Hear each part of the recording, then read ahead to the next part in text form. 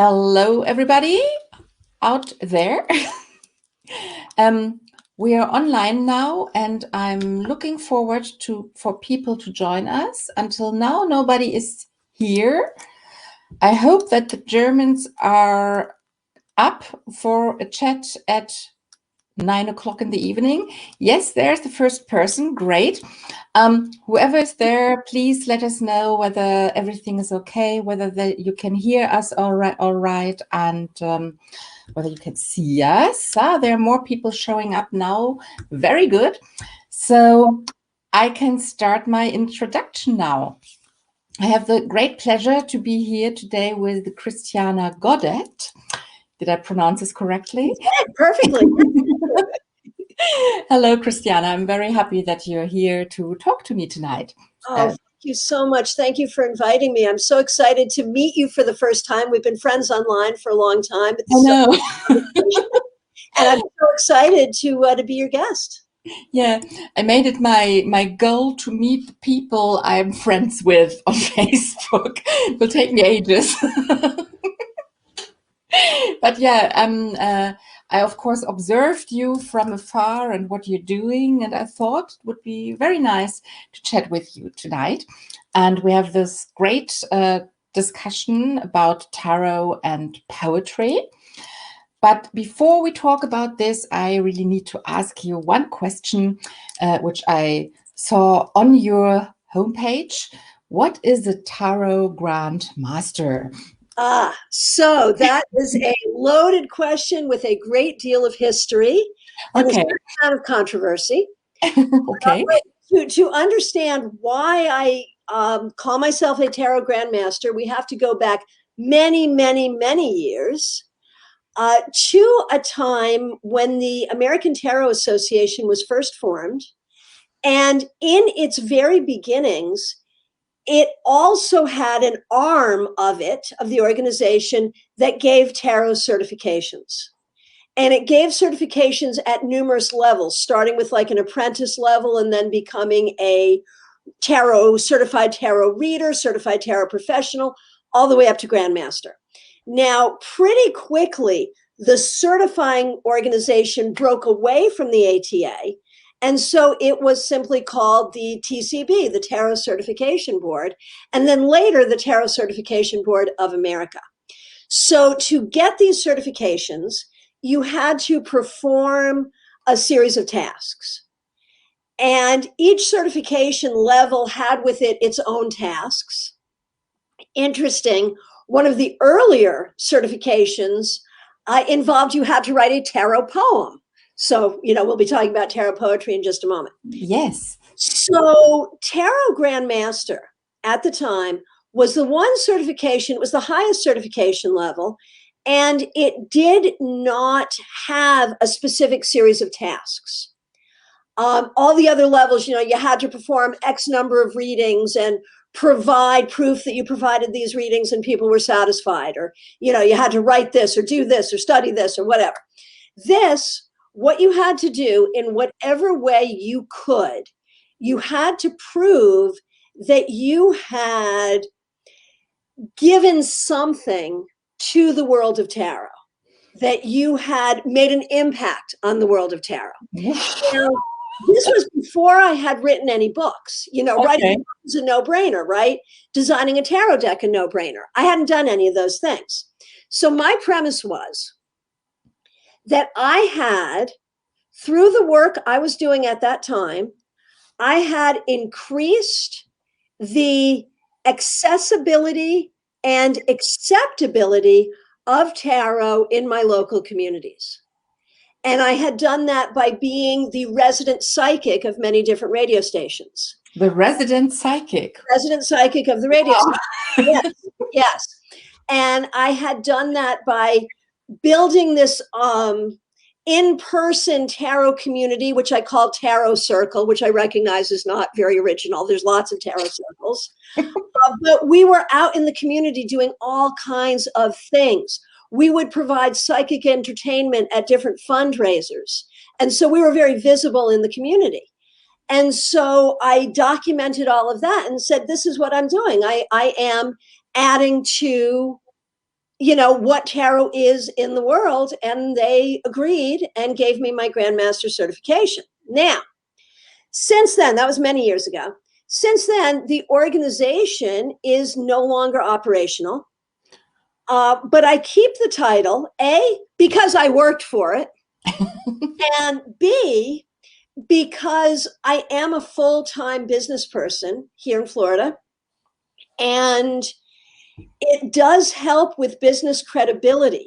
In Florida, we have a huge problem, and that is the neon sign scammer psychics who will offer you a very cheap reading and then want to charge you tens of thousands of dollars to lift the family curse, right? And because of that, it's very expensive to get a business license to operate, because they assume that anyone who does what I do is actually doing what they do.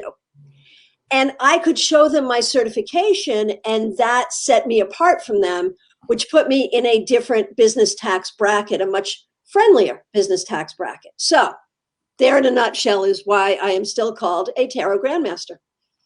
Interesting. We don't have this taxation system like for a branch you get a different tax. It's I didn't know this. Scary.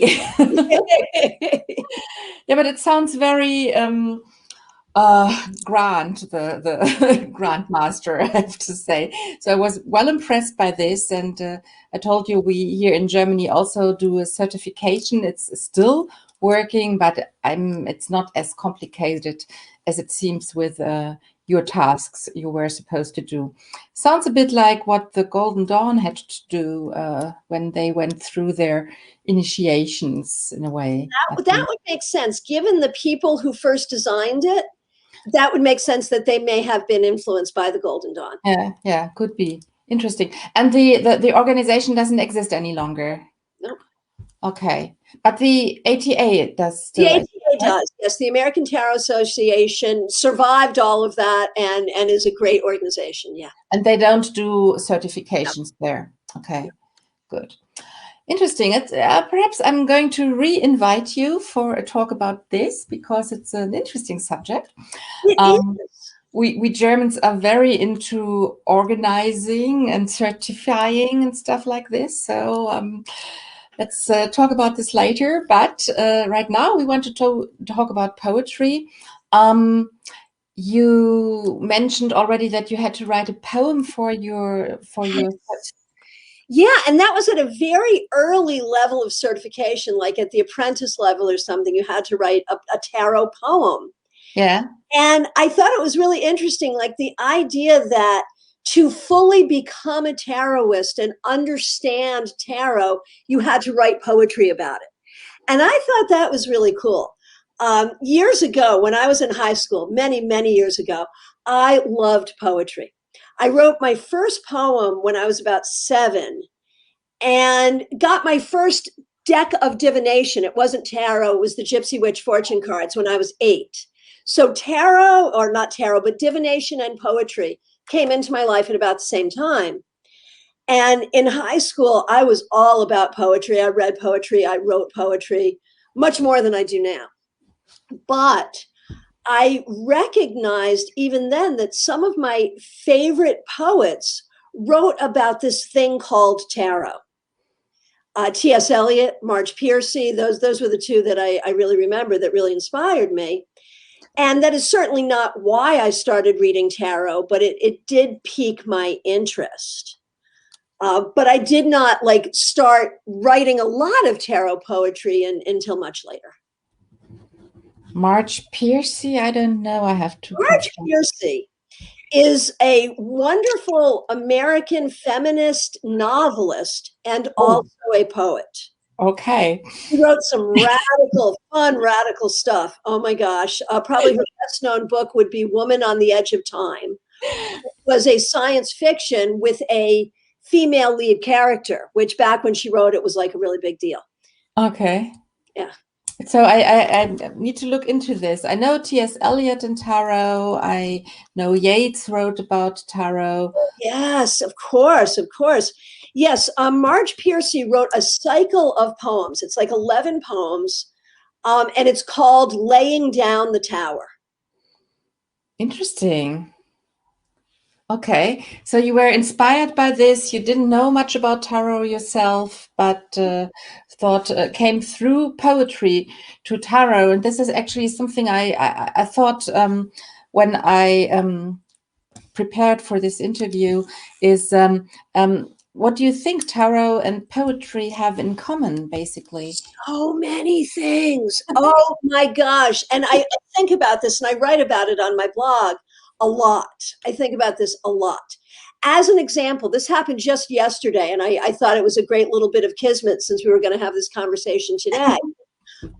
On a one of the tarot groups here on Facebook, I really enjoy the tarot groups, especially tarot nerds. Someone was trying to understand a particular card, and she had written one line each, all of the phrases she associated with that card, like you do. She was just making a list of, these are all the things I think this card is. And I read it and I was like, oh my gosh, it's a poem. And in fact, the card was temperance. And I thought, what a beautiful illustration of temperance, that if you put things together, it becomes something greater than the sum of its parts. That's really what temperance is about. And she had done that without realizing it. So the next time I'm teaching a class on this, and maybe people here would like to play with this, what happens if you look at a card and you just, in a very stream of consciousness way, write down all of the phrases and words you associate with it, and then step back from what you've written and read it as a poem? Does it work as a poem? It's cool. Yeah. And I think that, tarot is by its nature a tool of creative inspiration. We know that you can use tarot for writing any kind of fiction, anything at all. We can use tarot to inspire our creativity. But I also have noticed that, like, when you're in the zone giving a tarot reading, very often what comes out of your mouth is beautiful poetry. That just the cards themselves will inspire you to speak in a way that is perhaps more eloquent than you might speak, right? So there's that. Yeah, I myself am not very good with poems. I tried myself out on it, and it was a disaster. But what resonates with me? Oh, I was not supposed to say this word anymore. I was just going through a bitchy Facebook group. I saw that. I never use this word. Oh, that's really.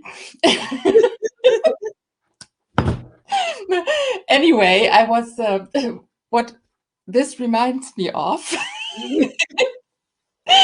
is that sometimes when I do a reading, I just start using words I usually wouldn't use.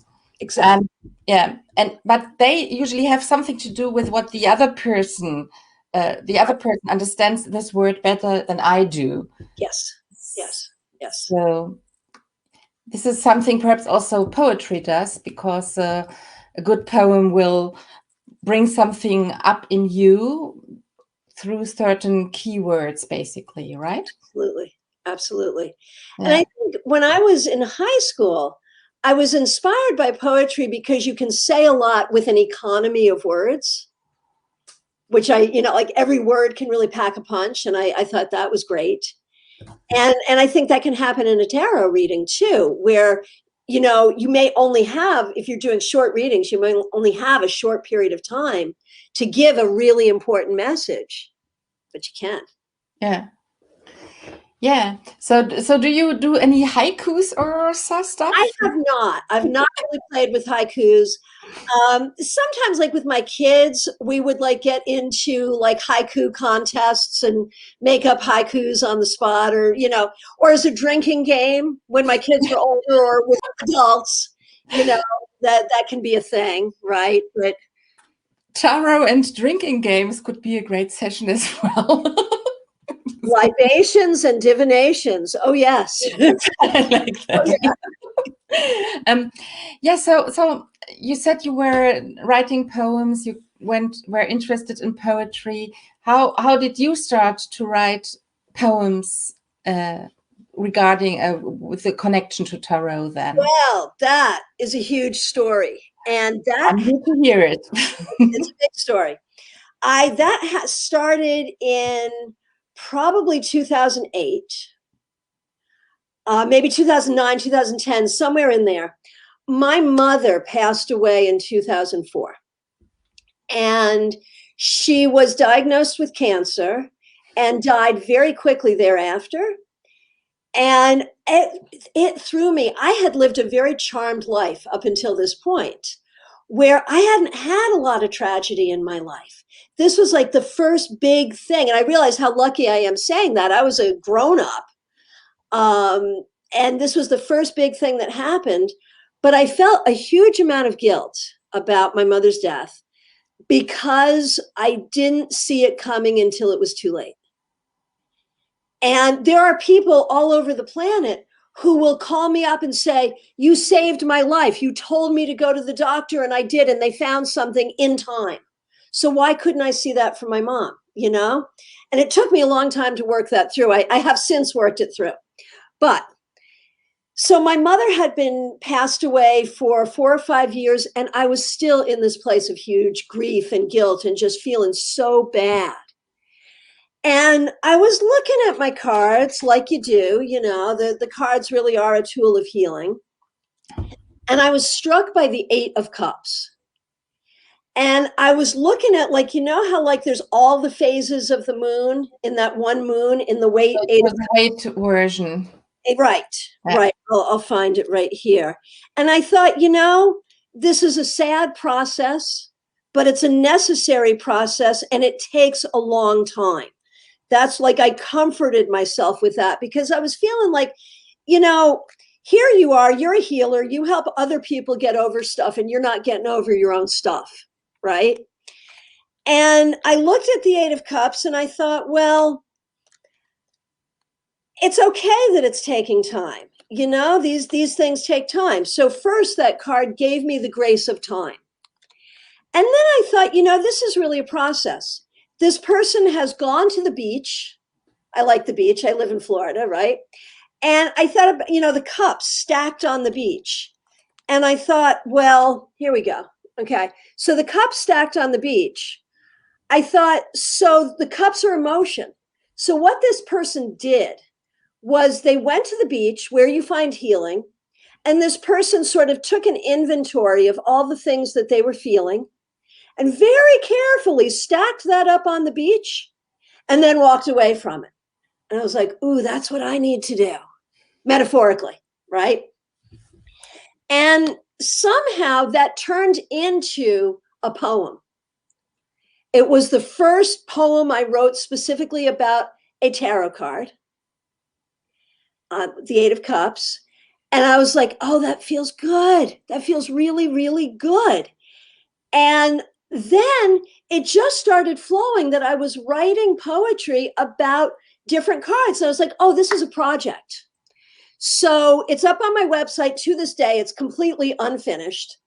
I haven't actually written a tarot poem in a couple of years. Maybe this will inspire me to get back to it. Hopefully. But it's part of my healing. And I made a list of rules for myself for this project, which you can read on the website. But the idea was I'm going to write a poem for each of the 78 cards using the weight images as my inspiration. And I'm not going to worry about whether it's good poetry. I'm not going to do it in any particular order. And I'm not going to give myself any hassle about deadlines. I'm going to finish it when I finish it. And it was the first time in a long time I had done something with tarot that was just for me. You know, and you know this as well as I do, that when tarot is your work, is your business, you're lucky because the thing that you love most is also the thing that you use to serve others and to make money and whatever. But then, is there a space in there for you to just have fun with it? You know? And this was my space to just have fun with it. And so that started this whole thing. I'm probably not even halfway through the 78 cards, But then I saw online that a woman named Marjorie Jensen, who is a poet and a tarotist, was putting together an anthology of tarot poetry and was looking for submissions. And I was like, apparently I write tarot poetry. It seems. So I submitted some poems to her, and I was really gratified to be published in this anthology. It has a foreword by Mary Kay Greer. There's a bunch in here by Rachel Pollack. It's your company here. Fantastic. And it was interesting to note, sort of bringing me back to my high school story, that in this book, there are a lot of people like me, tarotists who write poetry about tarot, but there were also poets who happen to just write about tarot, you know, so it's not just all tarotists. It's, you know, people coming from both directions. So I thought that was kind of cool. Yeah, you said that you would like to tell us one or two of your poems. Sure. Very interested. And I do this, I would really like to encourage everyone, whether or not, you know, like you don't really identify as a poet, but to allow the cards to inspire you. And you might do as I do and write about a specific card, or you might write about tarot as a whole, you know, or you might write about a particular suit. I mean, there's a lot of ways to do it, but there is something, I wrote a blog post recently that basically said tarot and poetry inspire each other. The idea that tarot can inspire poetry, but poetry can also help us understand the cards. Yeah. So in that spirit, I'm going to share two poems with you, if I may. Please. I'm going to start, actually, this one's on my website. You can go to my website, tarotbychristiana.com, hit the button for writing, and you will see the 78 Poems Project. And you can see, I think there's one that still needs to go up, but most of them are up there. So, yeah, we'll put this in the show notes later. Perfect. So this is my poem for strength. And we all know the strength card, but let me remind you what it looks like. Here we go. So this is the image that I was working with. As water with patience carves into stone, so do hearts carve one on the other. And when nature battles civility, new friends are drawn together. Each has more reason to fear than to love. The dangers beckon, not understated. The war is waged, not with bullets, but blooms, and fine compassion communicated. The gentle maiden must be of mind fierce. She has enraptured a fierce jungle king. The beast submits, not by violence, but choice, to a union of forces opposing. Strength, then, is found not in warfare or blood, not in doctrine, nor laws to rely on. True strength is found in faith and control, with your hand in the mouth of a lion. I really like this. You have a great voice as well for doing poems, I have to say. You read this really lovely. Thank you. I like the last line. Can you tell me again the last line? Yes. True strength is found in faith and control, with your hand in the mouth of a lion. That's a great line. Thank you. Thank you. Yeah, I was pleased when that came to me. I liked it too. Exactly. So before you read the second poem, it just, what's the process like? So you look at the card and are inspired? You know, and as I said, I've kind of lost the process. I haven't done one of these in a couple of years. Yeah. But at that time, it just sort of came to me.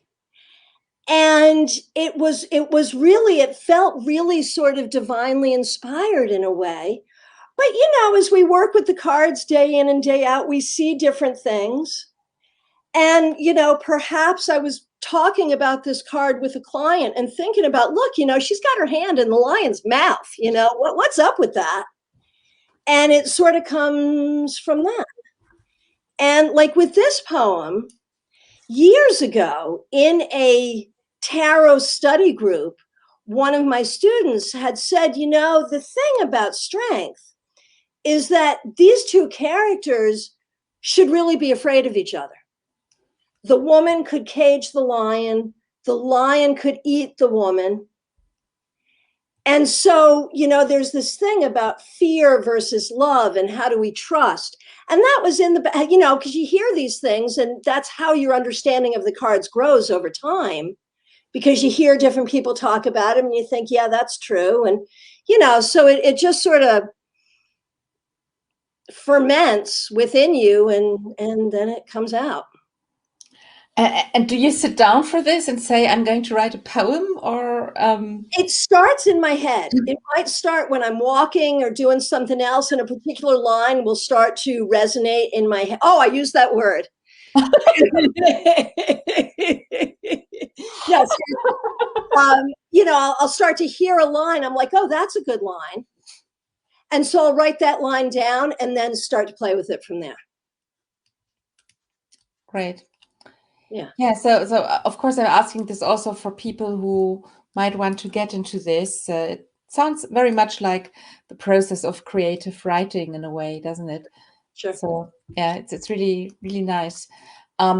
What's the second poem you have? Sure. Now this one is actually in this book, and I wanted, like, half of what I write has meter and rhyme, and the other half does not. So that my strength poem had meter and rhyme. This one does not. And I feel like I feel like it's good to be able to write poetry in both styles, if you will. It's great to write poetry at all, to be able to. Okay, so this is the Two of Swords. Peace is a balance kept in balance and not without risk. The heart knows but wants anyway. It should not make these decisions. Sometimes the heart speaks but should not be heard. Once unheard, the heart may resort to screaming and then fall silent. In that silence, there is peace. That's really lovely as well. Thank you. I was in this card for a moment, just because it's a very static card. Perhaps you can show it to people as well.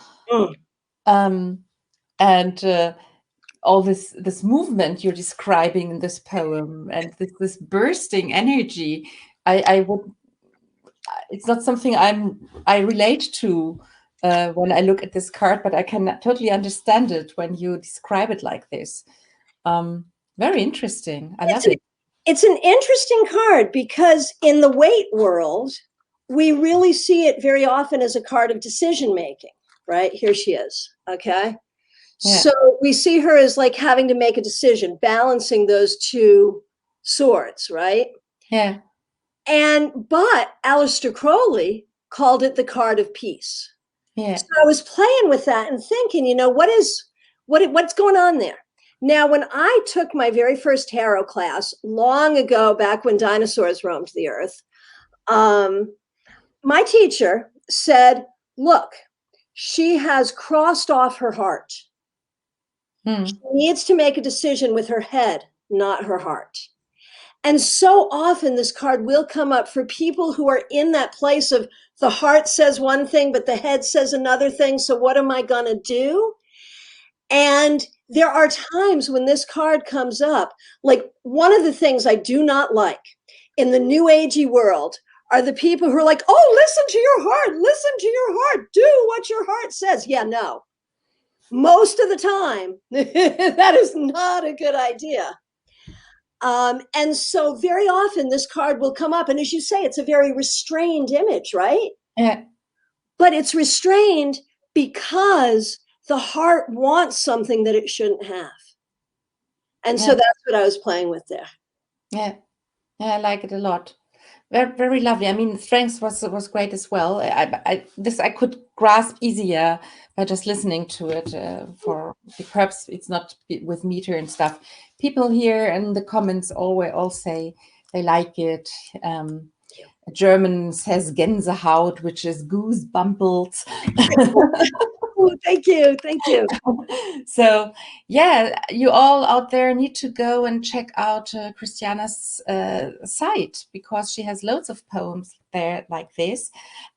Actually, this 78 Poems project, do other people contribute to it, or is it just you? No, it's just me. But I encourage everyone to try this. You know, whether or not you identify as a poet, whether or not you've ever played with poetry, if you love tarot, just see what happens. You know, pull a card and try to write about it and see where it takes you. And I really believe, like, I believe that there is something really sacred and magical about these images. They inspire us in a way that is otherworldly. And so I think that this can not only bring us the wisdom that it brings us in a reading, but it can also open us up to our own creativity. And in that, we find healing. You know, that was the whole thing for me. I did this because I desperately needed healing. And through the process of writing these poems, I found the healing that I needed. And you can too. Yeah, I told you before we went online that I used to write short stories regarding tarot, but as I said, I wouldn't show them anybody. So, there, I also wrote them actually for healing, because I was very upset about a love affair. But I think I even can't read them now. It would be horrible. Or you might go back and read them and discover they're actually good. That happens too. Yeah, they are kind of very graphically. I don't think I can talk about it.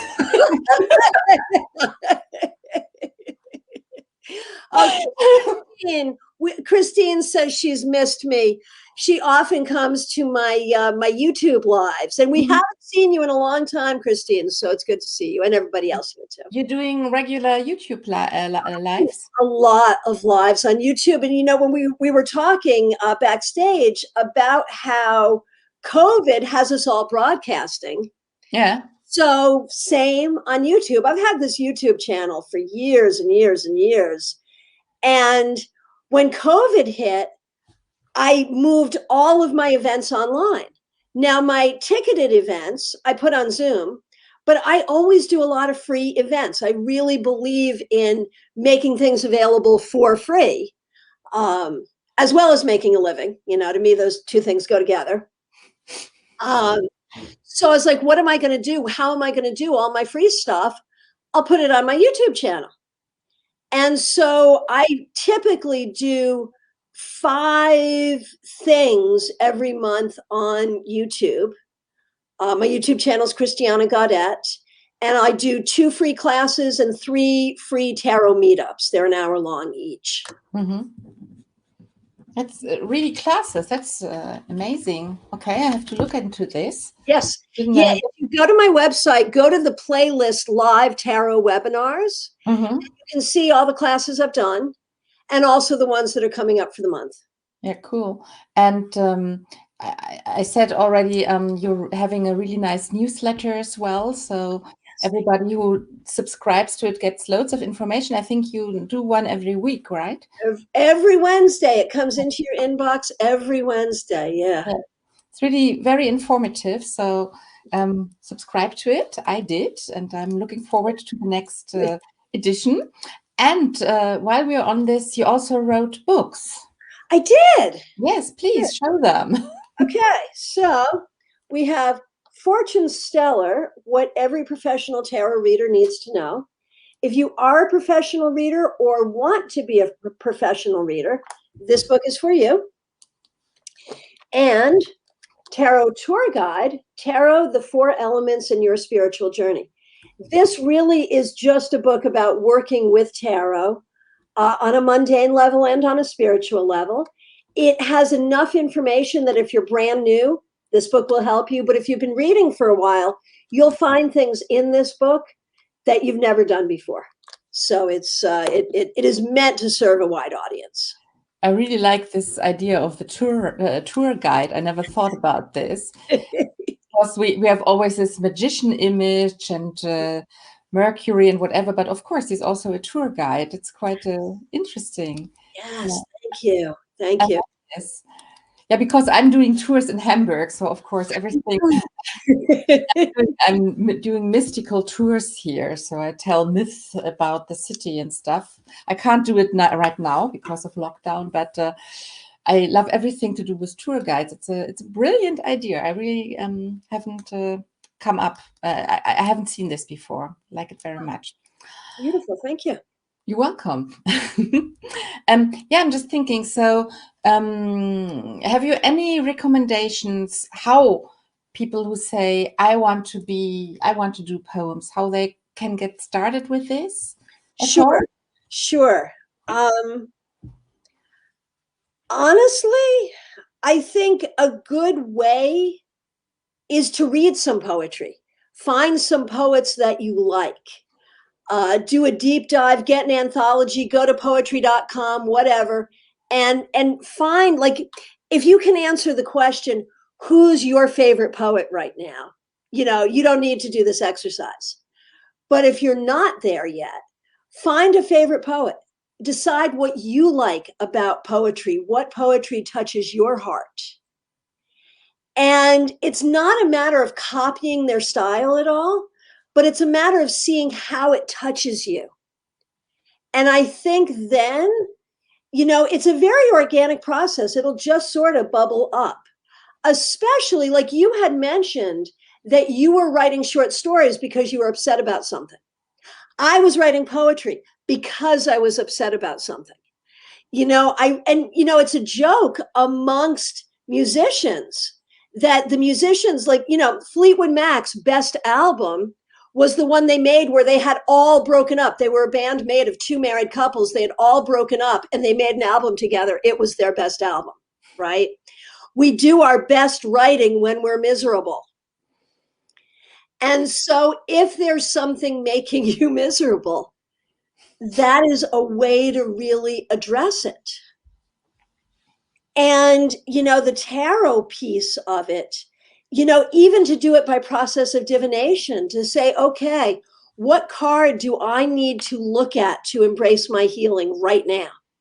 And pull a card at random, think about how it could fit with what has caused your pain or with your healing process, and then see what words come to you about it. Yeah. So one doesn't need to study poetry or anything. You said you read poetry, but you were mentioning meter. I actually don't know so much about meter. Sure, right. The poetic devices, right? And because I did study poetry in high school, so I remember that. You know, it's the rhyme and rhythm. You know, poetry has rhyme and rhythm, or it doesn't. You know, like what makes a poem versus a bunch of words? You know, there's no real rule for that. It is all about whether it works or doesn't. And, you know, there are, like you mentioned, haiku, you know, there are forms of poetry that have very specific number of syllables, or, you know, the meter, da da da da da da da da da da da da da da da da da, you know, iambic pentameter, you know, is a particular meter. And, you know, I took a class in modern verse once, writing modern poetry. Yeah.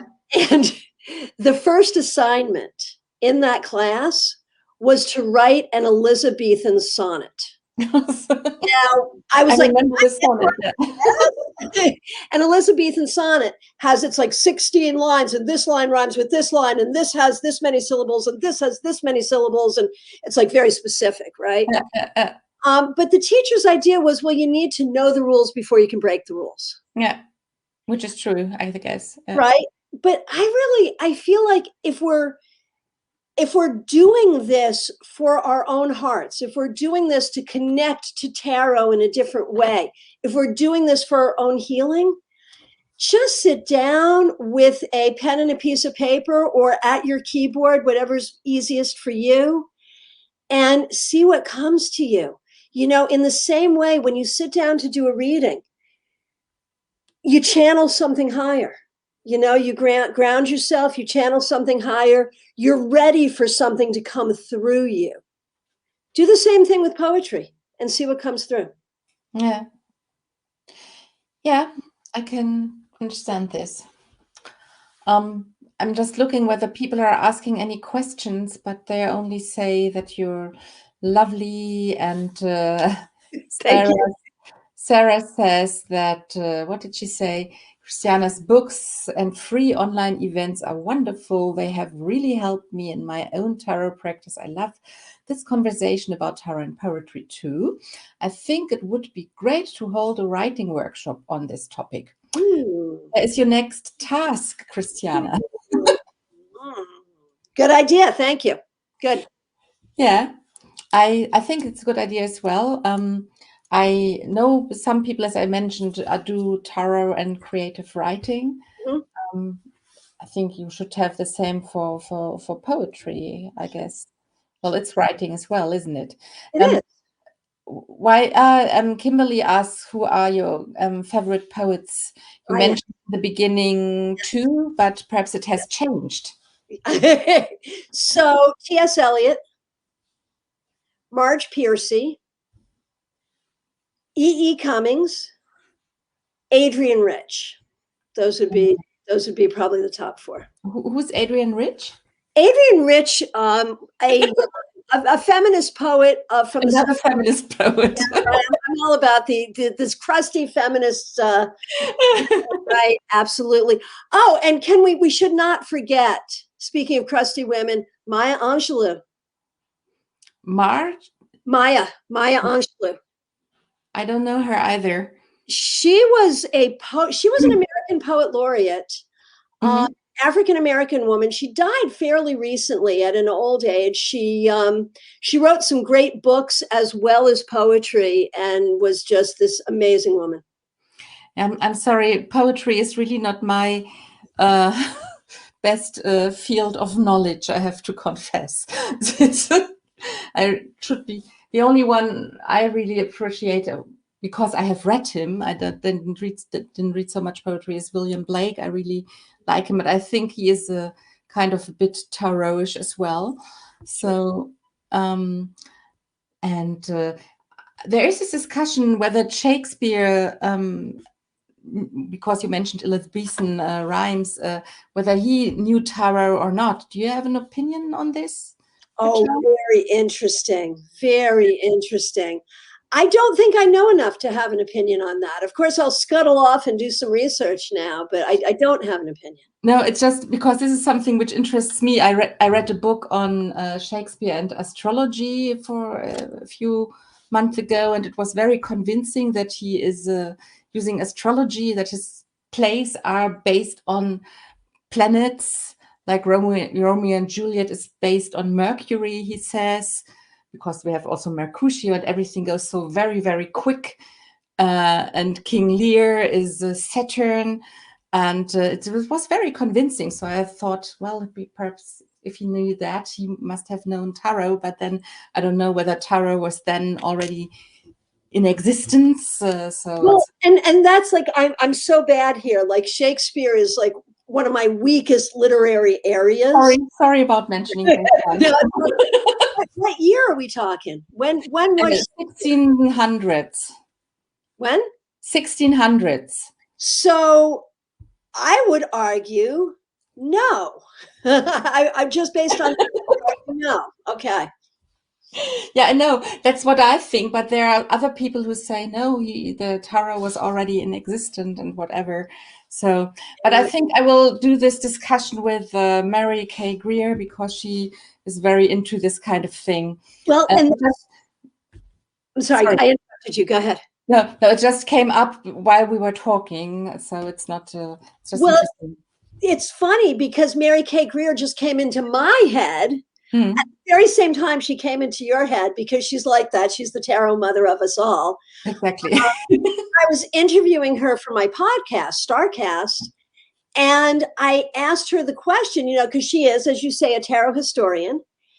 And I was talking about all of the people who sort of present um, alternative history to tarot other than what is considered accepted known tarot history, the Cathars, the Egyptians, all of that.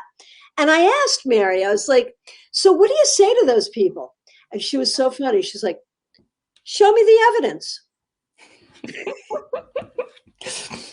Well, thinking of America and Exactly right. That whole conversation was this metaphor whole other craziness that's been going on. Yes. Yes. oh, very funny. So you have a podcast as well. My God, these show notes are going to be very long. So this is new. Right before COVID, well, like a year before COVID, some friends and I decided it would be a good idea to have an international tarot conference in Palm Beach Gardens in Florida in 2020. And so we planned it.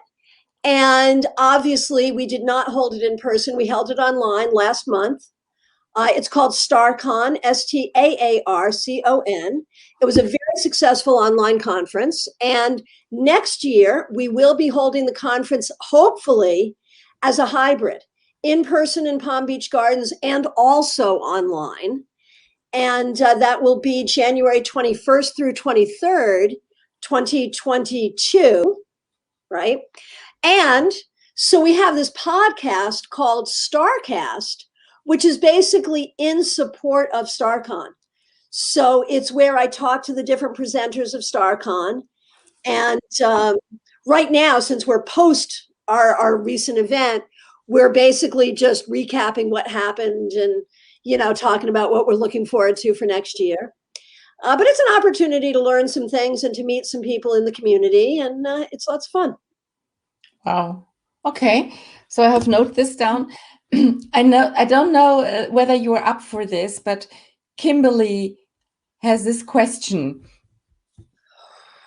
Yeah, girlie. Okay. Okay. Are you up for it? I'm up for anything. Okay. We'll So we see now the birth of a poem. But do know that really it takes days, Of we'll course. get the bare bones, but it takes days. I think you are very courageous to do this now. I highly appreciate your courage. Okay. And I wanted to choose a card that I had not already written about. Yeah, I'm trying to do all 78, and in case something good comes out of it, yeah. I wanted to choose one that I had not already done. And so the first one I pulled was the Three of Pentacles, which I have done, but the Ace of Wands. Oh, Mm, mm, mm. Okay. So when I think about the Ace of Wands, the first thing I think about is how much it is a penis. did you say penis? I did. Then I can talk about my short stories. Indeed. Indeed. But what do I want to do with that? I don't know. I don't know. But that's the first thing in my mind. The second thing in my mind is the emergence of fire. The third thing that's in my mind is how we don't really see it as fire. We see it as green leaves. The fire is the life force. So here we go.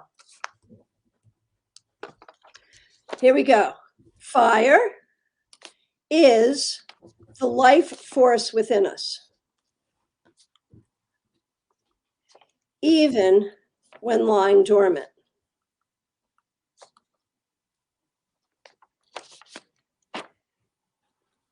Fire is growth, even as we die.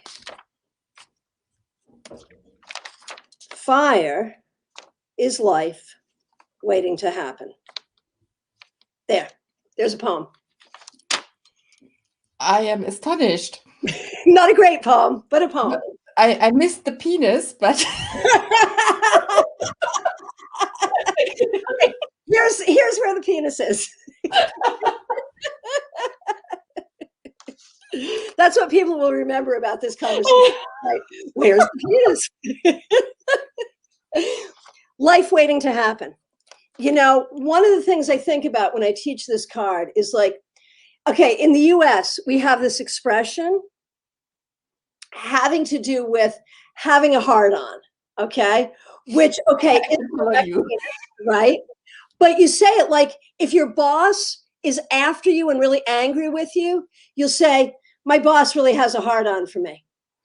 But if you're attracted to someone, you might say you have a hard on for them.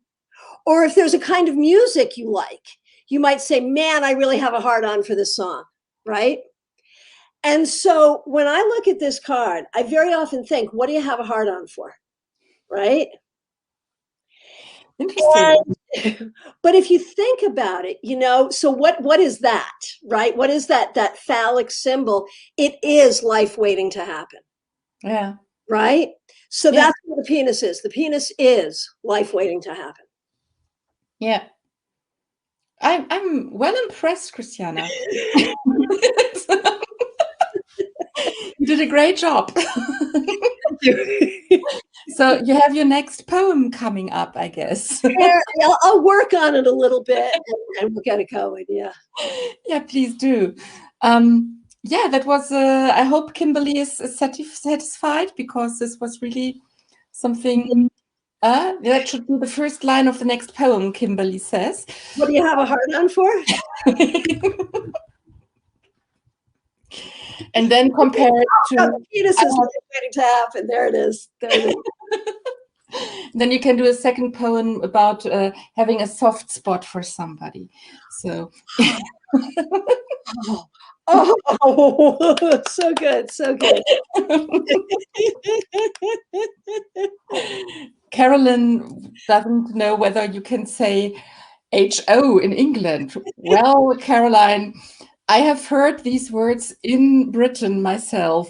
You know, I was in England when I was like 15, and I think I might have heard those words for the first time. Mm-hmm. Well, we shouldn't go into this. Otherwise, I will take out my story. Then we can hear your stories. No, my story is not, I don't even know where it is, but I think I have to reread it now because actually I wrote about, the first one I did was about the hanged man. And it was a very obsessive story of what I would do to somebody after. And so I was in England actually for quite some time, and I did feminist studies there. Really? So, but I don't know the feminists you're mentioning, so this is quite funny. I'm a huge fan of Angela Carter. Mm-hmm. I don't know whether you know her, and she taught for some time in Norwich, but then she died at the year after I came there to meet her, but she was dead. So I was very much into all this feminist anger for some time. Common, right? Yeah. Well, you have inspired me for sure. Excellent. Only in a certain context, Caroline says. Oh, you mean you can't say it for rock starring or whatever? So right, just in the...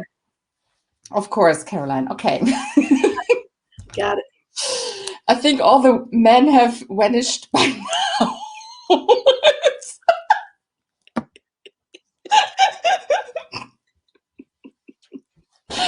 You have to know that I have been working now for about 15 hours today.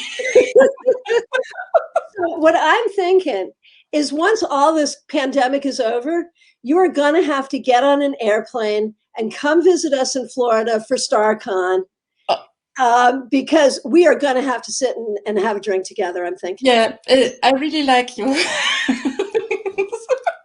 We're having way too much fun. Exactly. Let's do this. I come to Florida and we will look for the monkey jungle. Okay. Yeah. Thank you very much for the invitation. I come back to this one on you. Yeah. Anybody? Are there any more questions? Otherwise, I think we come to a stop. We have loads of information. We all know where we can meet Christiana and get more from her. And the next workshop she will be doing will be on doing poetry. well, maybe in March. No, actually, I think March is planned. April. We'll talk about that in April. Tantric poetry, please. Ooh, ooh. There you go. There it is. Yes. Yeah, thank you, Kimberly, for asking this daring question. That was very nice. Yes, it was nice to meet you all out there. And I think it was a very fun talk. I had lots of fun. I'm awake now again. And and there's a man. Good. So yeah, I enjoyed it as well, and great pleasure to meet you. And I hope we meet in person after the pandemic. Yes, stay well so we can. And thank you so much for this opportunity. It's been so nice to speak with you. Yes. This is not a topic I get to talk about very often. Poetry, not penises. Well, maybe both. I don't know. But no, seriously. I was kind of like a little surprised when you said, let's talk about tarot and poetry, because while I do write about it a lot, most people don't notice. And so I was really pleased that you saw it and that you wanted to talk about it. So thank you so much for that. I really appreciate it. Thank you. Yeah, it's a very interesting topic, and I hope people out there are now inspired to try to come up with something clever as well. Well, it was not clever, it was poetic. Yeah. Yes. Okay, everybody out there, great you liked it. And as I said, the next time Christiana and I will talk for the Tarot Association, it will be a serious topic.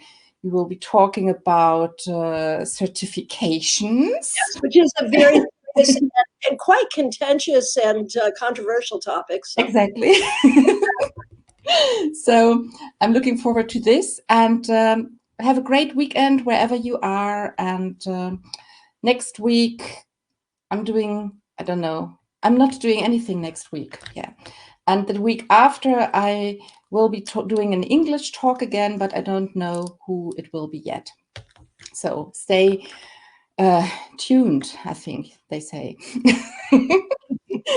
Bye out there. Have a good time.